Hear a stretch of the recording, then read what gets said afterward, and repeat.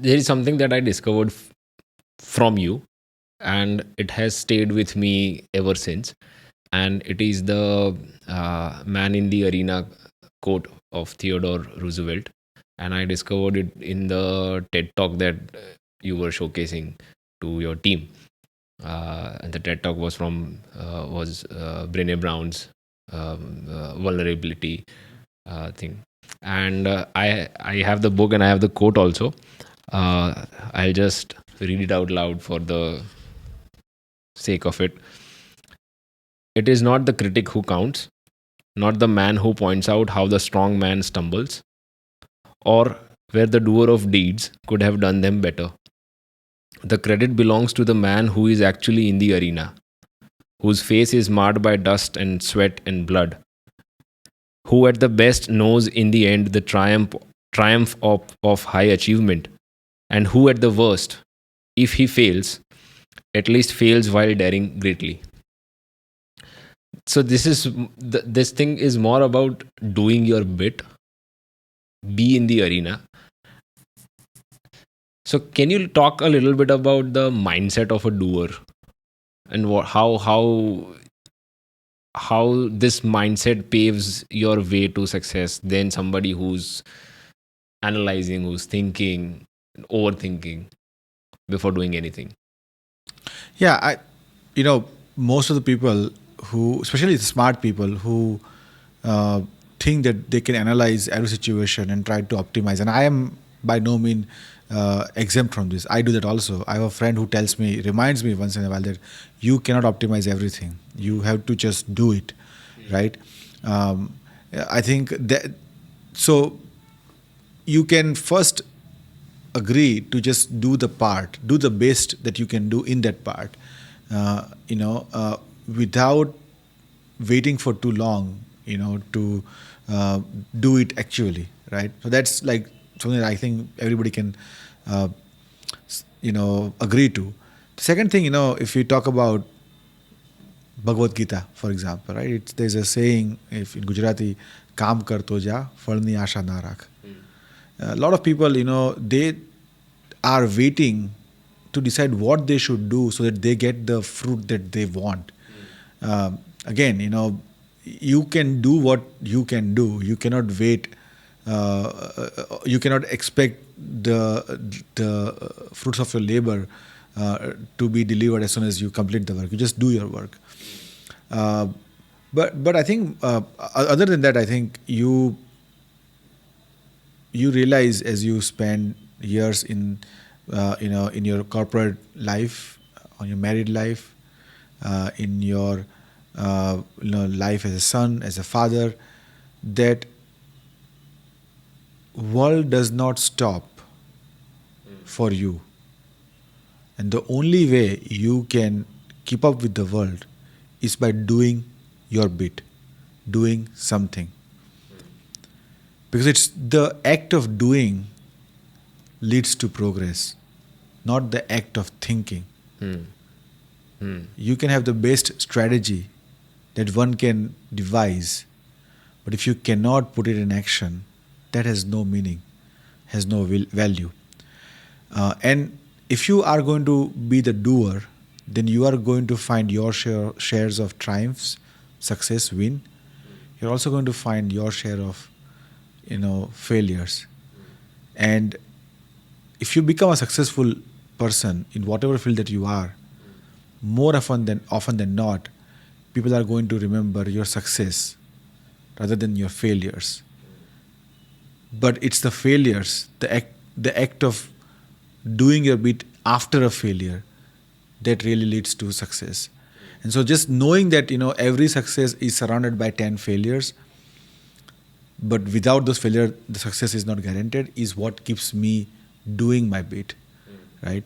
And I think everybody should just do that. Don't always wait for the right moment. Don't always wait for the right Idea. idea. Don't always wait for the right people to be with and whatnot. I think you just have to make a decision, stick with it, go forward with it, and do your bit, do your best. And I think we talk about Theodore Roosevelt, the life that he was there. Yeah. But how he overcame Oh, yeah. his personal, challenges to become one of the most successful, presidents of the United States, is inspiring, right? Uh, so yeah, I mean, again, act of doing is much greater than the act of thinking. If you accept that, you will go much farther in your life. But with doing comes failures, like you said. Sometimes you'll succeed and sometimes you'll fail. What has failures taught you? Failures, the biggest thing that failures will teach you is that no failure is going to be defining your life. All failures, at the worst, are commas in a life full of sentences, Wow. right? Yeah. So, having failures gives you the biggest confidence, actually, if you think about it, that nothing can stop you. Because after every failure, there is success. Just like after every sunset, there is sunrise. So I think that is something I think you have to create that mindset, right? That you will have that sunrise after the sunset. That is very important. The second thing, every failure will teach you something. It will make you more humble. It will make you more resolute in whatever that you want to do. It will make you more prepared for the next time. So failures, just like feedback, are some of the best gift one can have.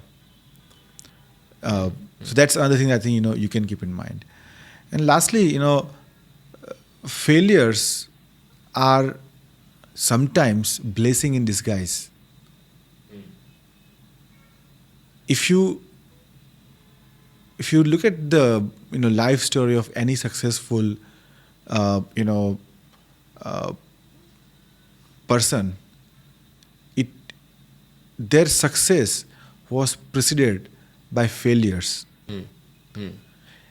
If they did not have those failures, they would not eventually become who they became. Right? You think of, for example, MS Dhoni. Where everybody has watched the movie. If he had really become successful ticket collector, do you think he would have become the best captain of Indian cricket team? Yeah. No. Right? Yeah.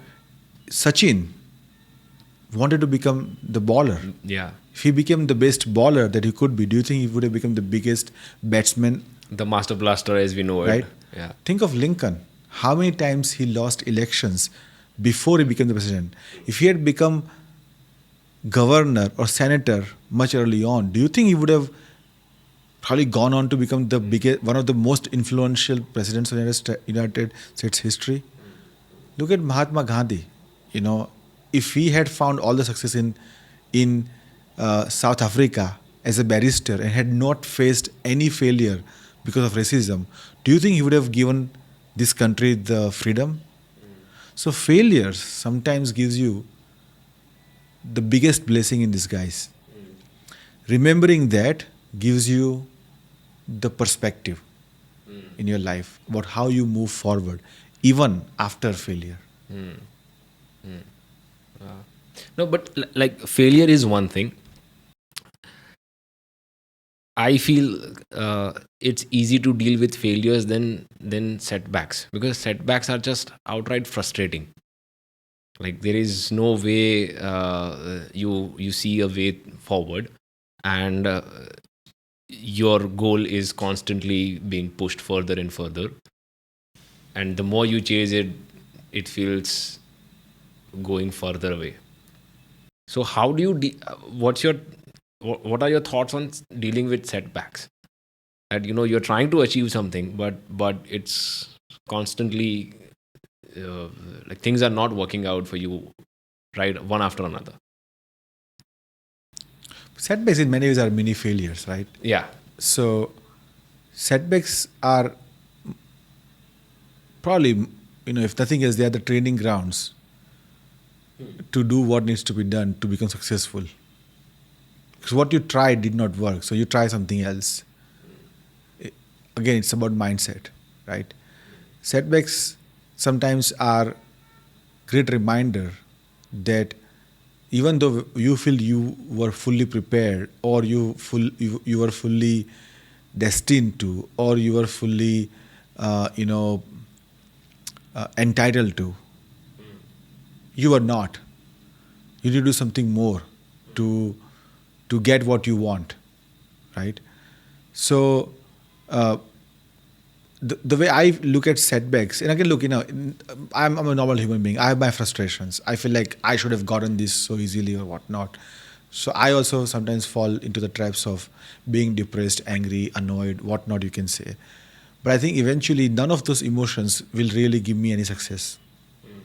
What will eventually give me success is the act of doing, right?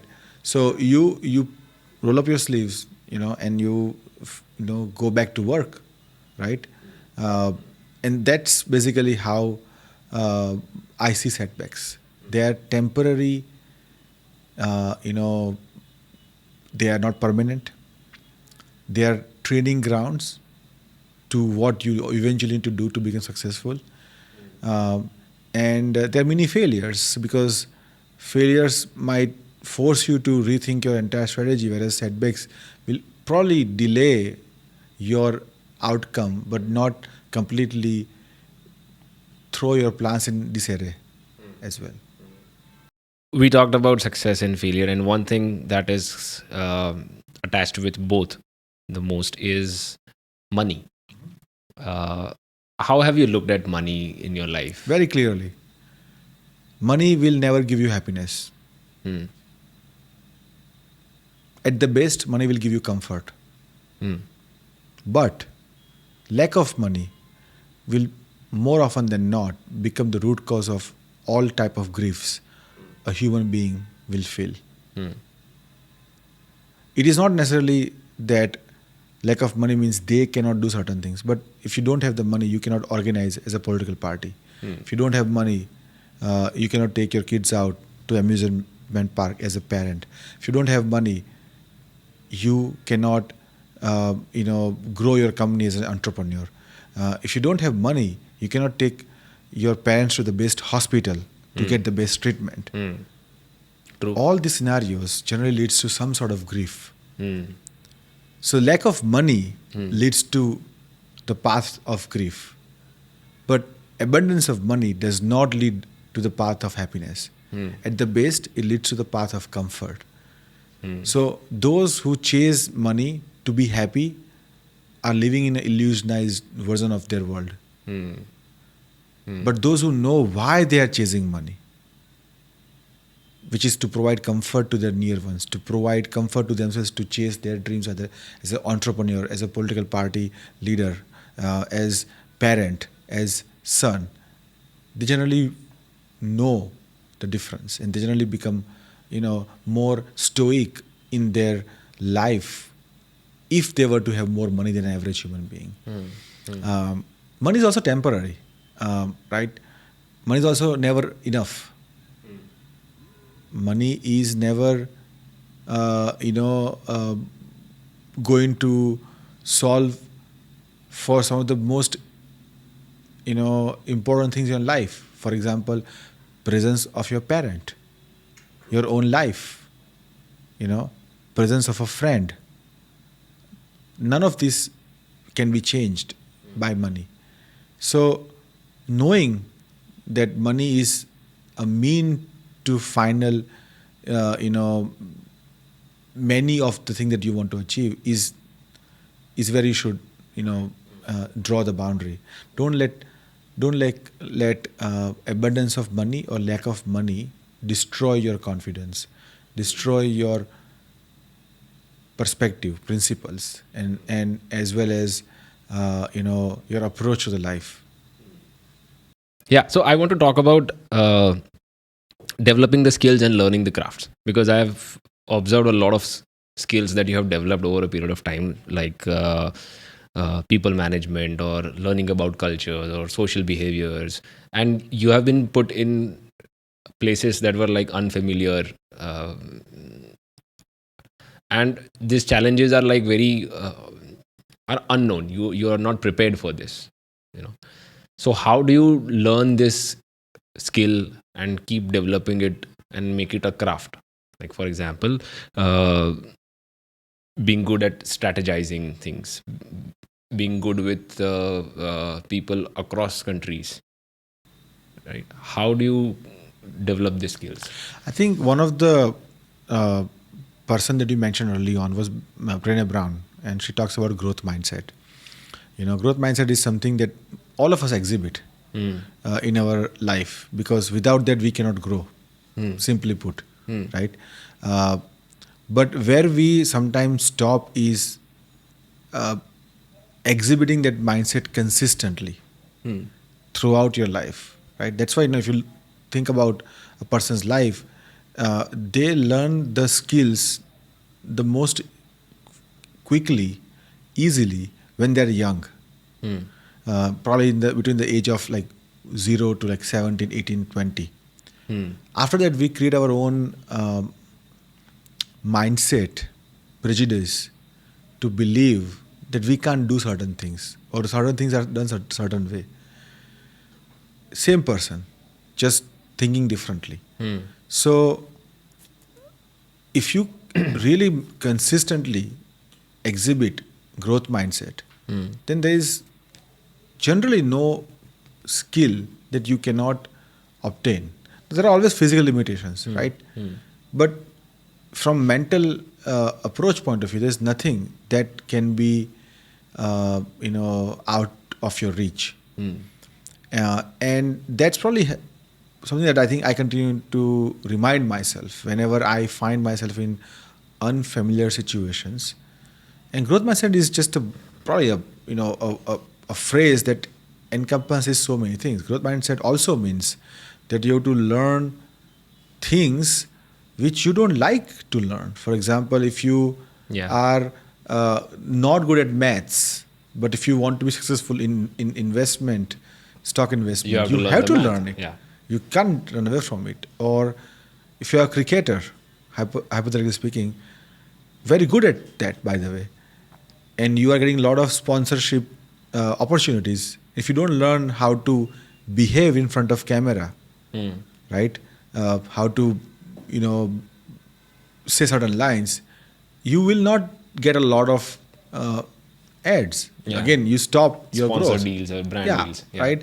You can go on and on and on. So, growth mindset means that you are going to continue to put yourself in uncomfortable situations in a pursuit to learn a skill that you may not enjoy but will play an important role in your growth. And I think that probably is how I see situation, right?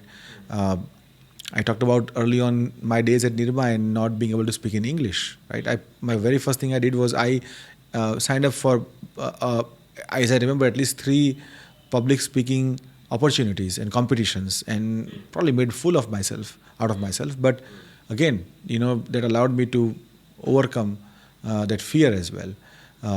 And people management, right? So what you if you are not natural at it, then you go out and get help. Find a mentor. Read a book, watch YouTube videos, or listen to a podcast, listen to an audiobook. There are ways to continue to improve your skills, and consistently doing that is what I call growth mindset. And the one thing to remember is that we all have it, because without which we would not have become an adult from a child. Sure. So just Yeah. carry on with that. Yeah. Yeah. Yeah. So when we talk about putting ourselves in uncomfortable or coming out of our comfort zones, what is the difference between reality distortion field, as in Steve Jobs' reality distortion field, that you are completely unreal about situations, and just slightly pushing your team or yourself that no matter what, you can do better than this? What is the, because I feel it's a thin line. Can you tell me about the difference between the two? As you rightly said, there's a thin line between uh, you know being crazy and being Pushy. passionate about something and overcoming challenges.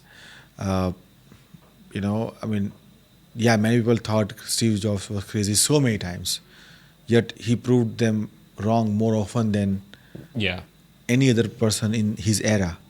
The closest to him nowadays is Elon Musk or Jeff Bezos, who continue to push the boundaries.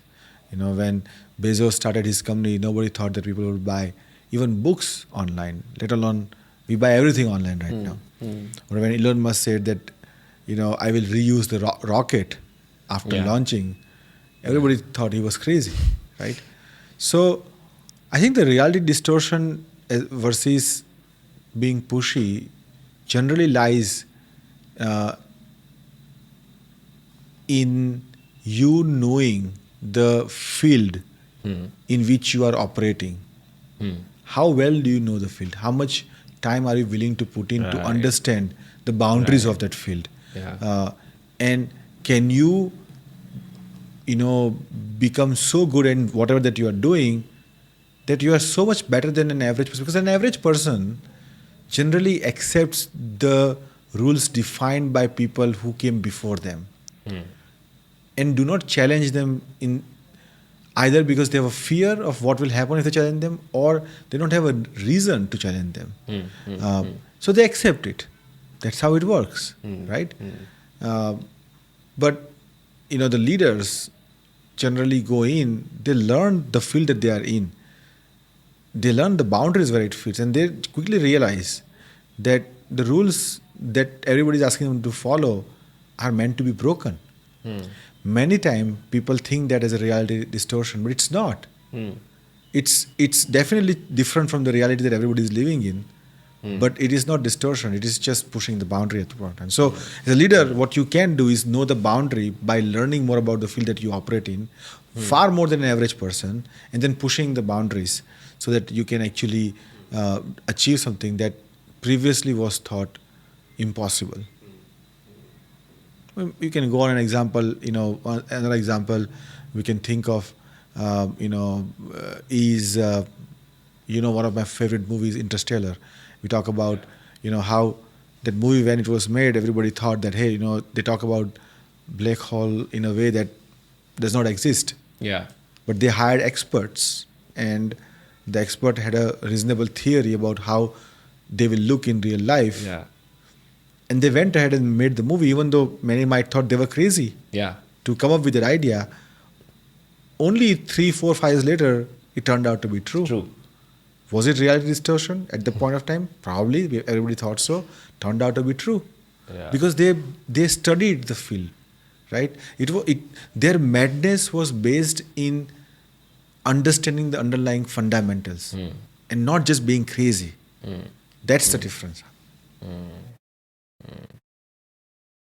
So you mentioned few people like Jeff Bezos, Elon Musk, Steve Jobs. So I want to know about the influences on you over a period of time in your life. Who are those people who have influenced you the most? Some of them I've had the chance to work with. Some of them I just got inspired based on reading about their life, listening about their life and whatnot.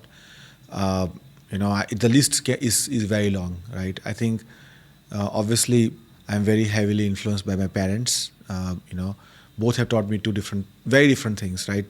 My mom taught me being pragmatic, being prudent about financial matters, and always being there for family. My dad taught me about never giving up, persistence, never giving up, always finding the reserve when fuels are running low, very, very high integrity, and also smarts. I think smarts come from him. After all, he worked for the original Chandrayaan as an ISRO scientist many, many years back. So those are, obviously, apart from that, I think, if you look at, very early on I read about Gandhi. his autobiography. G's very famous CEO,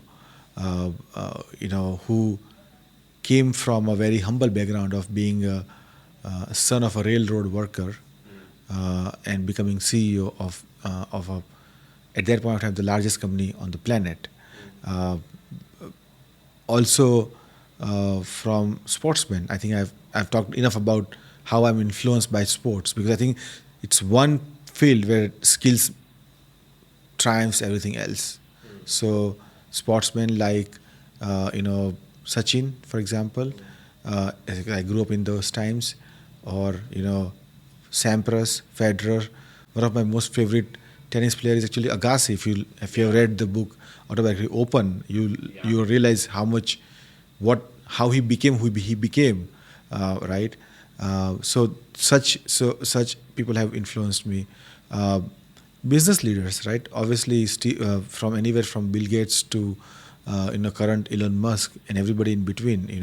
How they took bigger risk and did things that everybody thought was impossible. Uh, Political leaders, right? Uh, JF Kennedy talking about we are going to go to moon, not because it's difficult, because we want to, right? Uh, Even the current political leadership, the story of our current prime minister is also very inspiring in many ways, right? The story of our first female prime minister, probably the only one, Indira Gandhi, is also very inspiring about how she fought those wars in her times.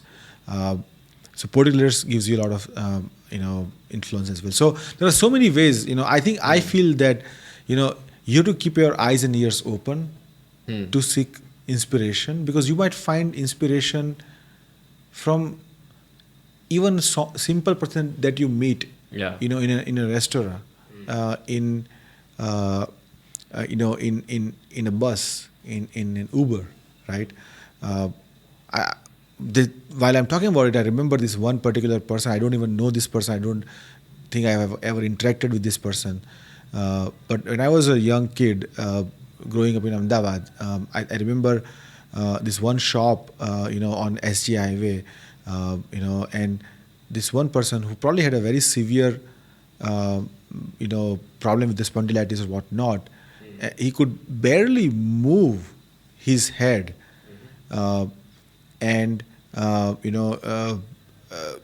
and his body, but yet he was the cashier of one of the most busy fast food restaurant on the road, and he was constantly doing his job every single day, you know rain or shine, hot or cold, because he had to provide for his family.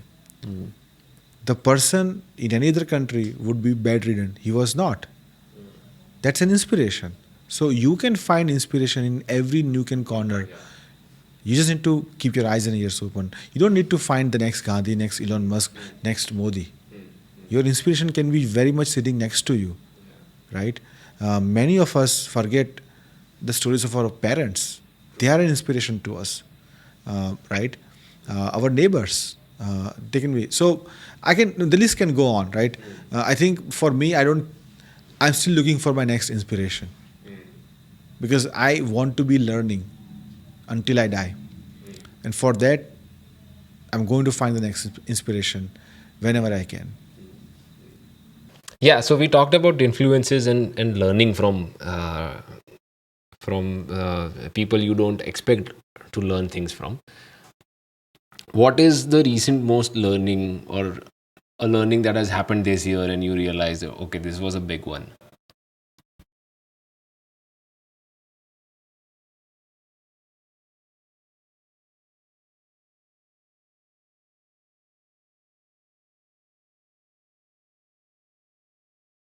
Because of COVID, Right. right?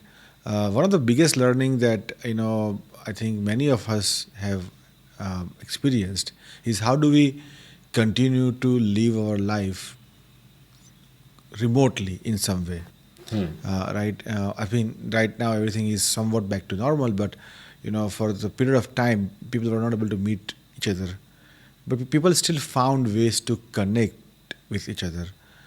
So in spirit of that, I also learned that how do I remain an effective leader to my teams, which is at this point of time globally distributed with people in many continents, without having the ability to travel there, meet with them in person as frequently as I used to in the past. So, like, leadership, when you have the ability to meet with people in person, is different than when you can't Leading them remotely. remotely. I mean, I've in last 2+ years I basically built a team, never met them, Wow. and I think we still worked well as a team. So that is one of the big learning that I think I did, and I think probably something that I will keep with me, for rest of my life, because I think um, I I had a little bit of experience with that because I had teams in India and I was in US. So I had a little bit of experience, but I was still coming here far often that I felt connected in a different way, which I could not in COVID. So that's one of the big learning that I had. On a personal front, you know, I think I've learned a little bit more about real estate investing, stock investment, a little bit more advanced than what I had done in the past, whatnot. So I think learning continues, right? Every year you bring, you probably have to find some specific areas that you can focus on, and probably become better at those areas. Hmm. Hmm. How do you uh, look back at your life and connect the dots? As Steve Jobs very famously said, that you can always connect the dots looking backward. How do you look at your life from this point, from everything that you have achieved and gained? If you can give me some recent connecting moment. It's a very good question because I think in many ways, as you look back at your life, you realize that many such things that you could not understand why that happened had a reason behind it. But explaining them in a short amount of time is nearly impossible. But I'm going to try. Uh, my life in last 10 years, and where I got the opportunity in my current company to build a team from grounds up, right? And build a team uh, in different continents, from where I was living and whatnot.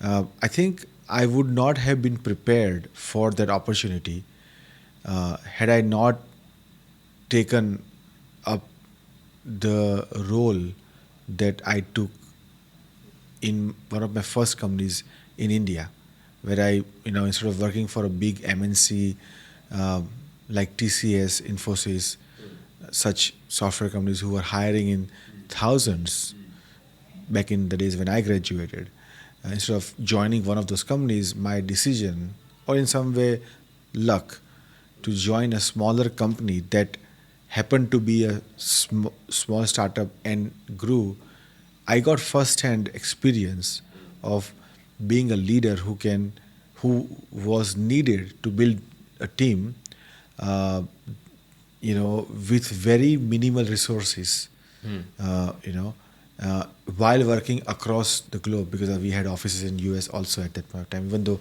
I never went to US until I went for my business school. So my experience in my early years, after graduating from Nirma, when I worked for a local software company and grew that team from a few employees to hundreds of employees, prepared me for this opportunity that I actually got in my current company, where now I had to do the same thing but on a much bigger scale, with much more geographically diverse team, uh, uh, and I think that opportunity that I got, I would not have been able to make the most out of it if I had not done, that stint in India.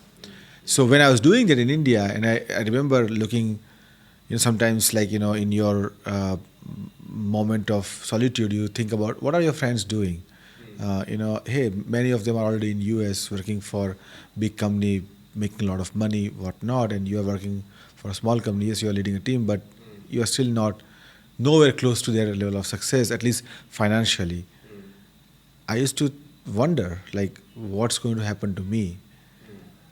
Fast forward 10, 15 years, now it makes sense that if I had not gone through that learning of how to build a team from grounds up in India, I would not have been able to do that when I was offered the opportunity, uh, you know, uh, in US.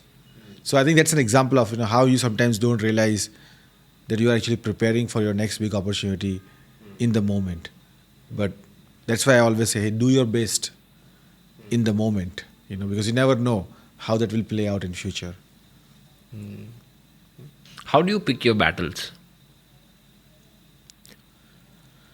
See, I had a senior in my Nirma engineering school. He actually ended up being a very senior leader at Mastercard, and also almost become a partner at McKinsey in and company in US. Went to Stanford. I think he's currently an operating partner or something like that in some private equity firm. So he's very successful leader in himself. But when he was nothing like that, he was just a year ahead of me in Nirma. And I'll not go much in detail about what happened, but the lesson that he gave me after a disappointment that we both shared with a decision that the college had made, and I was supremely disappointed with what had happened, the outcome that we were facing.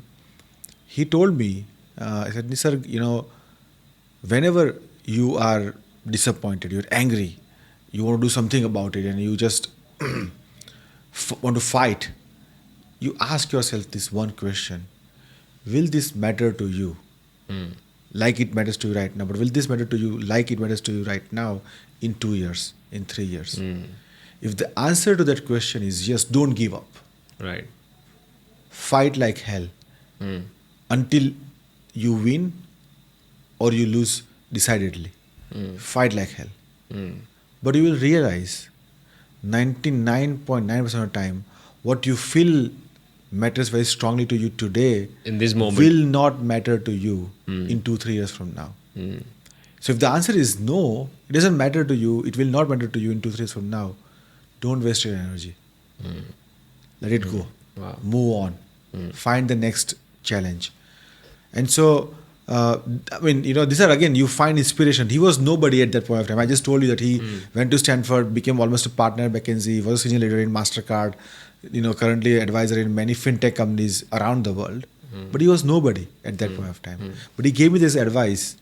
I don't even think that he would remember giving me this advice at this point of time. But I think that those are kind of things. I think that's one of the things that I've sort of signed up as a principle, that I look at battles that come in front of me. I say, hey, will it matter to me in 2 years or 3 years?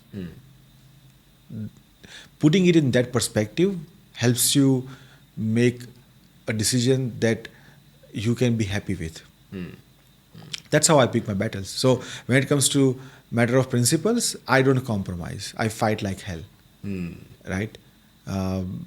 But when it comes to maybe sometimes moment of insults hurled at you, moment of grief because of somebody's misbehavior, or moment of setback in an area that doesn't really matter in the bigger scheme of your life, I tend to move on from that and pick the next one where it really matters. And I think hopefully if people you realize if people do this more often in their life, they'll at least be more happy. Because we as human beings are not wired to have too many battles going on simultaneously. We are wired to Deal with one thing. deal at a with time. one thing at a time more often than not, Yeah. and be happy, Yeah. right? So that's hopefully that gives you an understanding about how I approach things. Yeah. So I don't know how connected is with this last thing that we talked about, but somebody recently told me that uh, most of the time it is not how you express your problem or how you what you're trying to solve, but it's about the way you define your problem. That's where sometimes the issue is. How you look at the problem, that's where the issue is. How important it is to keep and improve your perspectives, because that's basically your way of looking at the world around you. How important it is to change your perspective time and again and keep sort of growing. A life lived between the walls of prejudice Hmm. and very strong, affection to a particular type of behavior decision. A life between those two walls is a life lived in prison. Hmm. You need to be outside of those walls, where you cannot be bound by prejudice and cannot be bound by, a typical, fixated mindset. Hmm. So you need to always be open to new information, so that you can actually learn new perspective. And that's why the other thing you asked about, like, how do you define the problem? You define the problem by, in my opinion, the outcomes you want to achieve, rather than the challenges that you will that the challenges that the problem is presenting to you. What is it that you are trying to achieve, and how that outcome can be achieved is what really important, right? Everything else is not important. I think many times we get fixated into, like, in the moment, the challenges that the problem is presenting, and that's why the perspective helps, because sometimes, you know all you need is a different perspective to look at the problem with fresh set of eyes. Asking for the perspective could go a long way as well. Right. So you have developed ideas. You have sort of, before that, you have come up with ideas. You have developed them to successful projects. You have worked in a company that was a startup, and then it grew at a amazing pace, and now is a public company, or I can say multinational company. What then at personal level, you have amazing family, uh, you are financially successful. I'm sure you have achieved a lot of your dreams that you wanted to achieve. Out of everything, what are you most proud of? See, I think my success in the last 10, 12 years is not my own success alone. I think my wife played a big role in letting me chase my dreams, and giving me support in my moments of, uh, you know, frustration, disappointment, annoyance, whatnot. Uh, uh, and and without her, I probably would not have achieved what I achieved in last 10 plus years. Uh, I think what I'm most proud of is that having a family, beginning with her, as well as my parents, her parents, set of friends that I can count on, the family who was always there when I needed somebody to just, sometimes chat, hang out, whatnot. So I think the biggest pride is that somehow I was able to surround myself with an ecosystem of people who was always there in whatever way I needed them in the moment. I think that's what I'm proud of. The other thing I'm proud of is that, uh, and I'll probably take a little bit of pride, because I think we I did it in a way without taking shortcuts. I feel like I look back, worked hard, took some tough calls, stuck to the principles, high integrity, fought for my teams, when others were ready to give up. So, at the end of the day, I always say that you do not need anybody else's certificate uh, when you want to evaluate your own life. You need to stand in front of your mirror and ask yourself one simple question: did you do your best? And you know the answer. If the answer is no, then you should work very hard. If the answer is yes, then it doesn't matter what the world says. In that spirit, if I look back, I think the answer for me is yes, and I'm proud of that, and that's how I look at it. Proud of the fact that you put in your 100%. 100%, and was surrounded by amazing group of people, and beginning with my wife. Okay. One thing that I want to know is, again, it's a little philosophical question, but like, can you tell me the most amazing thing that you have observed about people in general? Because you have worked with a lot of people and a lot of different people. Can you tell me or something that you observed about people in general? The most amazing thing about people. The most amazing thing about people is they are generally very optimistic. Okay. Okay. Everybody in the spirit of optimism have dreams. They want to do something that they currently can't do. They want to have something that they currently don't have. And they are willing to make plans, even if those plans are sometimes flawed or impossible to execute. They make plans to get there. Inherently, every human being is an optimist, regardless of culture, regardless of gender, regardless of religion, regardless of caste, regardless of financial stability. So, more often than not,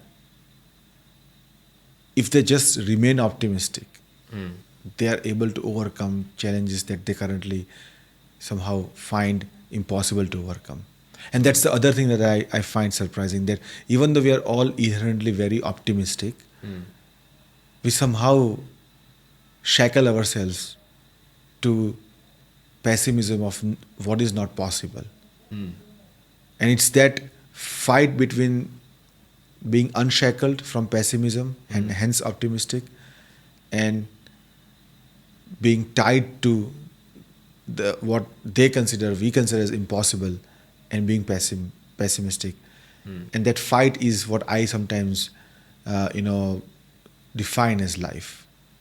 Which side of that fight you want to be is in your hand, and that's how you should decide your life. Let's talk about movies. You briefly mentioned Interstellar. You can talk about that also, but in any other movie that has left an impression on you. Yeah, a lot of movies, right? I think Interstellar is something that I think probably going to remain my favorite movie, for the life. I like comedy movies, so pick any comedy movies. I thoroughly enjoy them. Brings lighter side of life, which is what all we need. I think one movie, because we talked so much about leadership, I think the one movie that I'm blinking on the name of the movie, but it is about the story of how Nelson Mandela inspired the team of South African rugby and Invictus to win the World Cup hosted by them in a bid to unite The country. That movie, in many ways, is probably one of the best example of leadership displayed at multiple levels.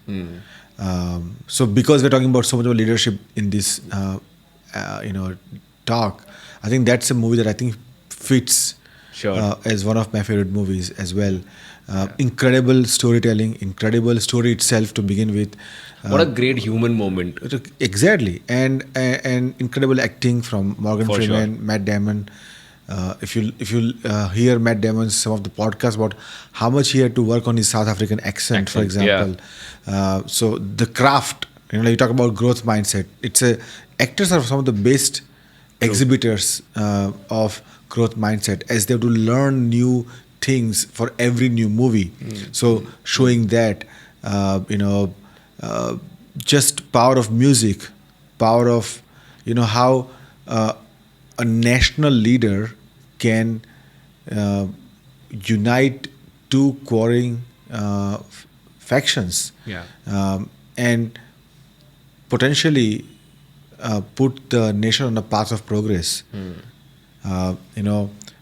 How you can inspire millions of kids, with just one brilliant stroke of, having your team travel around the country, and whatnot. I mean, you can go on and on. So it's Yeah, one of my yeah, favorite yeah. movies for so many reasons. For the story, for the storytelling, for the craft that everybody displayed in that movie. And I think if you have not watched, if anybody's not watched, I think they should Please. definitely go and watch it. I think you will not be disappointed. So, since we're talking about Invictus, and you would know that I have a great love for poetry, and one poem that has stayed with me all these years was a poem I discovered in that movie. Is I am the master of my fate. I am the captain of my soul. And the whole poem is there on my desk, and just how it gave Nelson Mandela power and faith and motivation to live through the 27 years that he lived. Sometimes when I am feeling low and down, that's the poem that I go back to. Absolutely. So, but yeah. Well, I think, like I said, I think uh, it's difficult to pick one or two or three movies. There's so many. If you talk about if you talk about TV shows, I mean, one of Sure. my all-time favorite is Breaking Bad. Again, the story, the storytelling, the craft that everybody displays. Again, it's the story of, in many ways, underdog. True. Although, in this case, not necessarily a role model, but still story of an underdog winning against all odds, only to eventually accept his own flaws, Yeah. and eventually bringing the good side of him to help his accomplice, live the life. I mean, it's an incredible show. It's an incredible, way of, storytelling in across 6-7 seasons. Season. True. So unlike a movie that can be over in like 3 or 6 months, and you can just have a moment of brilliance or just months of brilliance, and you just create something so incredible. In this case, the director, the actors Yeah. had to do this consecutively for 6-7 years, and Over- still yeah. it's just incredible. Right? I mean, similar to that, some of the most iconic, sitcoms. You think about Seinfeld, or The Office, for example. Like, those are my favorites because, again, brings a lighter side, and keeps you hooked on those things. And since we're talking about Breaking Bad, and my next question was going to be about the books that you have read and you have liked. Uh, you told me about the book that you were reading or listening to recently was A Life in Parts, By Bryan Cranston. Bryan Cranston. Yeah. Can you talk a little bit about that? Yeah, I think that book is, for me, it's very, very interesting because Bryan Cranston does not portray himself as some larger than life character in his book. He portrays himself as this flawed individual with his own share of uh, failures, setbacks, shortcomings, lack of skills, lack of family, in many ways, and yet continuously displays this one thing that I very, very highly admire, which is the spirit of never giving up on your goals. And how, he also learns from his own father, who also happened to be a struggling actor throughout his life, which led to dysfunctional family, and he learned from that. And from when in his own life, Bryan Cranston adopts the never give up spirit, but remains pragmatic by continuously auditioning for small roles to keep the family going, and eventually continuously working on his craft, being pragmatic, listening to sometimes directors uh, poor advice on how to portray a character because he needs to just get to the next gig, but eventually becoming who he became, multiple time Emmy winning, award winning actor, shows that when you look at the life, on in a bigger scheme of things over a period of 4, 5, 6 decades, you don't have to feel sad or happy in the moment as long as you have a plan for next day, the next month, the next year. And I think I really have thoroughly enjoyed the book. Again, I would highly recommend people reading the book. Because it's about a common man becoming somewhat uncommon. Other book that I probably would like to mention is the Nelson Mandela's autobiography. We briefly talked about that. I think again, A Long Walk to Freedom. A Long Walk to Freedom. Very long book if you were to read that or listen to it, but incredibly inspiring book. And the fact that how do you not allow anyone to take over your mental peace, resolve, strength after being incarcerated for 27 years in a small cell. Yeah. And you and I both have visited that place on Robben Island. Yeah. You can't. I mean, it gives me goosebumps today. But just being able to remain, what I said a few minutes back about optimistic, True. not being shackled to the pessimism, but being unshackled from that, saying, someday I will be out of this cell. Someday I'll give this country freedom. And then have the generosity to forgive them. the people who gave all the grief to him. I think that book is incredible. Probably as good as any other book that you can read of a freedom fighter. So that's another favorite book of mine. Any other noteworthy books? I think there's a book called Good to Great it's a business book. If you guys read that, it's from Jim Collins. Yeah. Difficult book to read, but if you read the book, understand. I mentioned very early on that people are satisfied with doing good, but you got to do great, and what it takes to do great. In terms of corporate world, he talks about that. There are a couple of, I think there's a couple of editions after that also that Jim Collins came out with. So another book that I think it probably left a lot of impression on me early on in my life. I talked about John Maxwell's books about leadership has really played a big role. The Straight from the Gut is the autobiography of the GE CEO that I talked about early on.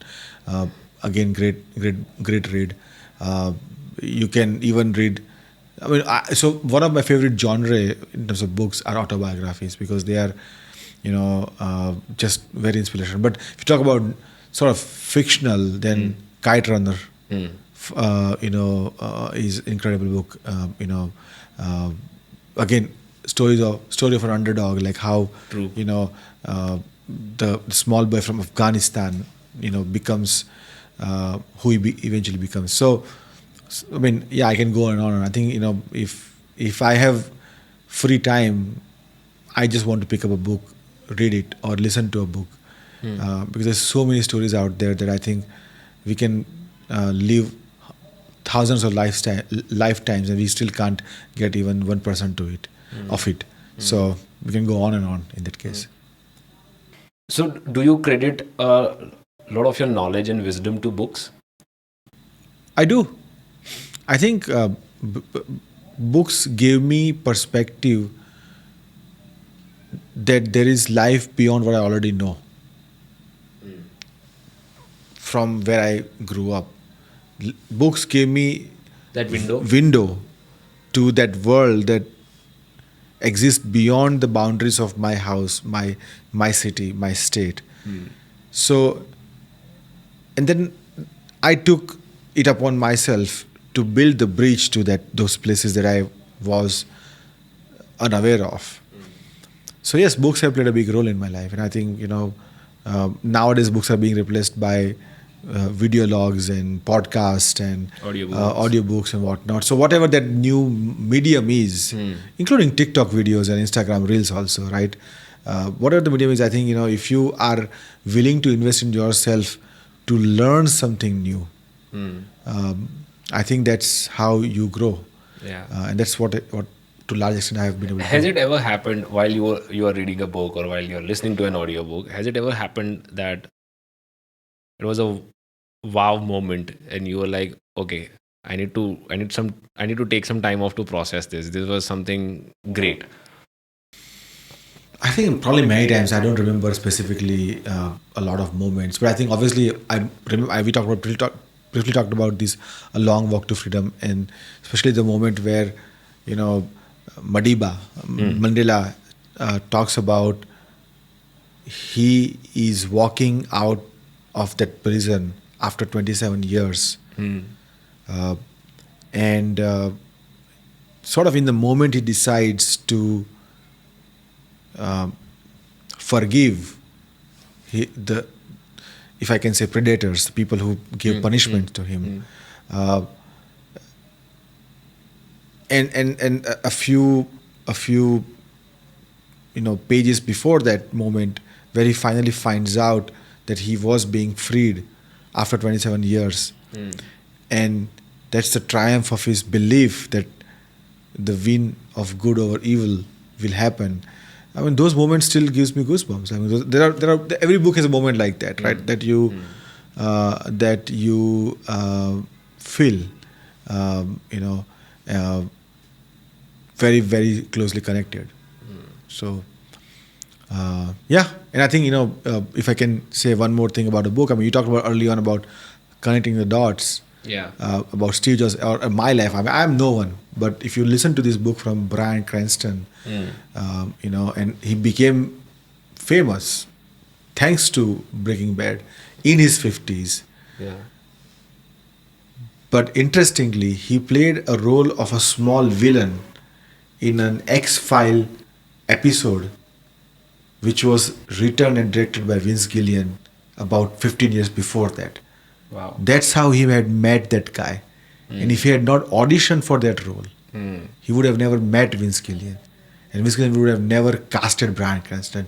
That's how life dots are connected. Wow, that's why you have to take every single chance that you are given. Yeah. And you find your way from there. So again, when I listened to that part of the story, it gave me goosebumps because again, sometimes we don't, like as Bryan Cranston says, people don't want to audition. Yeah. Because we don't want to just become known for the guy who has time to audition, which means he doesn't have the job or the work. But he never stopped. And that's how he got that one small role in an X-File episode, which led to Vince Gilligan casting him In Breaking Bad. And rest is history. And rest is history. Yeah. So another philosophical question. I know a lot of things keeps you awake at night. But philosophically, what keeps you awake? What are you looking forward? Nothing really keeps me awake at night that I can't Really? sleep. That I can't sleep, right? Really? Yeah, not. I think, I just, I think I have a bunch of, personal projects as well as professional projects going on all the time. So there's almost never a time where there is no fire on some of it. So those things, happen. I think I've become more used to just being able to, cope up with that and, continue to just execute as well as I can. So in that sense, nothing, keeps me awake at night from that point of view. Nothing that I would say is out of our reach to influence or handle. What I'm looking for in 2023 is more travel. Last 2-3 years were uh, very, I would say, horrible in terms of travel because of COVID. And I love to travel to a new country every year, something which I have not been able to do for last couple of years. So I want to definitely pick a country, go there for a couple of weeks, and through that provide that exposure to my kids about yet another culture, yet another country. Uh, and so I'm looking forward to that this year as well. Uh, and I think as a parent, I think what, if anything, what what I want to be able to do is provide this this mindset that we talked about in last few minutes about growth mindset, the hustle, never give up, you know, remaining humble, remaining optimistic. Uh, how do I give up? How do I pass on those uh, things to my kids so that when they face those challenges in their life, uh, they don't give up. They remain optimistic. They have a smile on their face as they face this problem. Uh, so that is something that I think, if anything, that's one thing that probably will keep me up at night for several more years until I see them in their adulthood being able to do all those things. But yeah, apart from that, I think I'm looking forward to some more travel this year, meet some more friends I have not met in the last few years, and some more food in those places. Wow. So, yeah, wishing you all the best for 2023. And thank you so much for giving us the opportunity to share your story, share your journey. And thank you for your time. Thank you for being so kind with your, and thank you for being patient with us. So, and if there is anything that you want to add in the No, end. I thoroughly enjoyed, this opportunity to, talk about parts of my life, and relive parts of those memories as well. Uh, you know, you have a great, uh, crew supporting you. So big thanks to them as well for their support. I think what you have started here with Unboxed, I would uh, wish you all the best, that you continue and bring more stories of homegrown talent, uh, and probably connect them with other folks who can potentially benefit from them.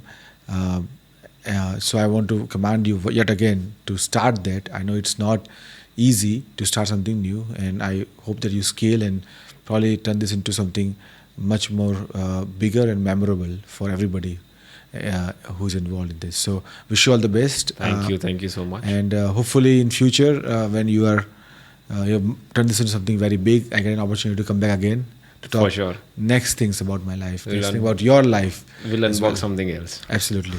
Thank you again. Thank you so much. Thank you, Parth Brahmbhatt and the team of Talk of the Town, for the invitation to be on this platform and this opportunity. I very much enjoyed this interaction with you today. Uh, and I would request everybody to like, share, subscribe this podcast if you found anything interesting, funny, inspirational, valuable to you. And if not this, there are many more such episodes on this channel. So for that reason, please do like, share, subscribe. And yet again, thank you to the team for all the support. And I look forward to being able to come back again in the future. But before that, I'll definitely stay connected and listen to more stories coming out of Unboxed at Talk of the Town. Thank you.